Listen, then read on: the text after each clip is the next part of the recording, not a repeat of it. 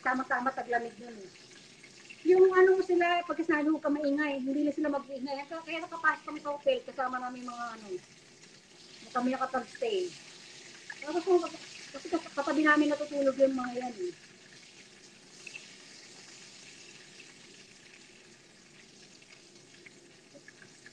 Ganda ng itsura niya, oh, sis, oh. Matutuwa ay panganay ko pag uwi mamaya. Panganay ko, ano na yun, 20 years old na yun, sis. Bukod doon sa pagpapa-adapt, ano pinagkakabalahan mo dyan sa Pasig? Ano ba, Pasig, tama? Ayan na. Magtalo na ako ng bayan. Malakas sa kanin yung panganay ko.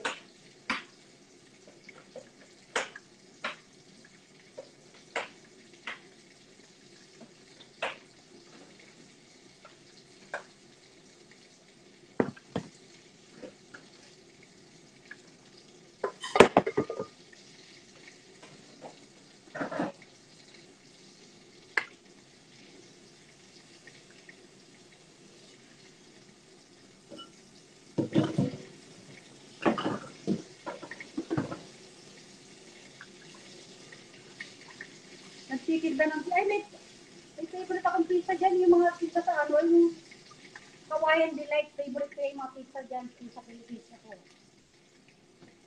May stand kasi.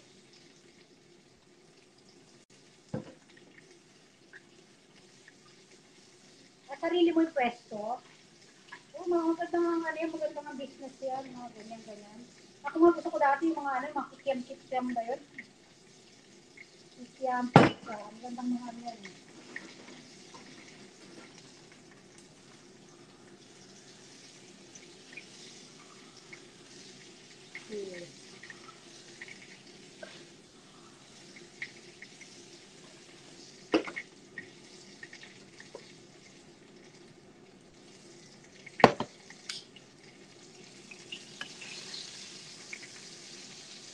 Ganda na, golden brown na siya. Oh.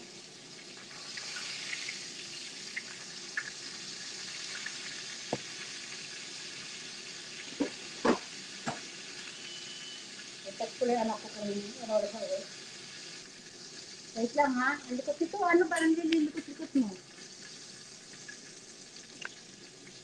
Yan. Ito ko lang anak ko sa...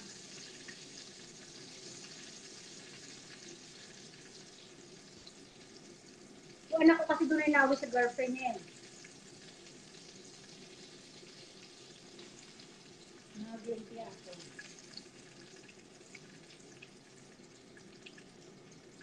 Okay.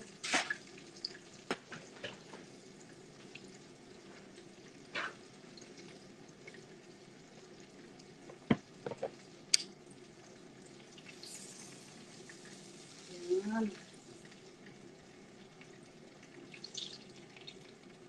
Mamaya titikman natin yan.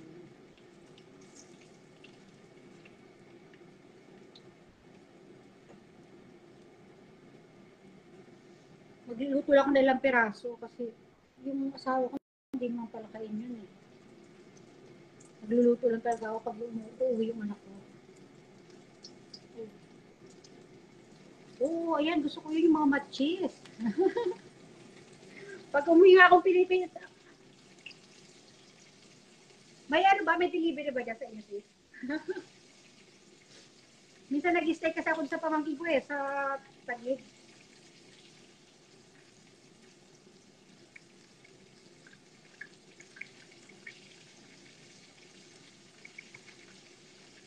Ano ko na muna to, tago ko na, sarandap ko muna itong mga to. Okay na muna yung niluto ko.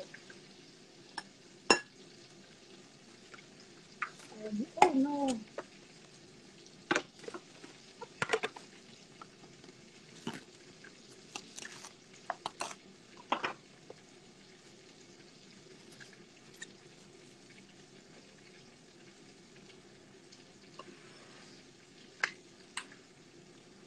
Dalawin ko yung balot niya.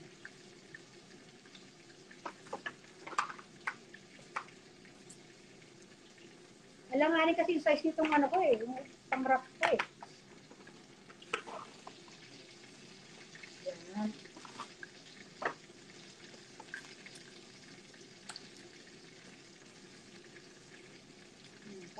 siya.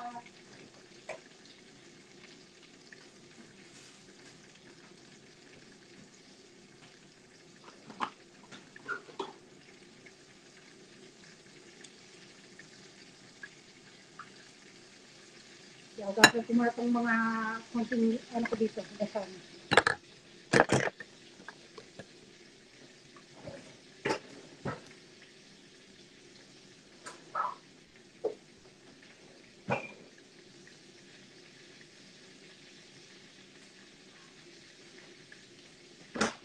Gas muna tayo.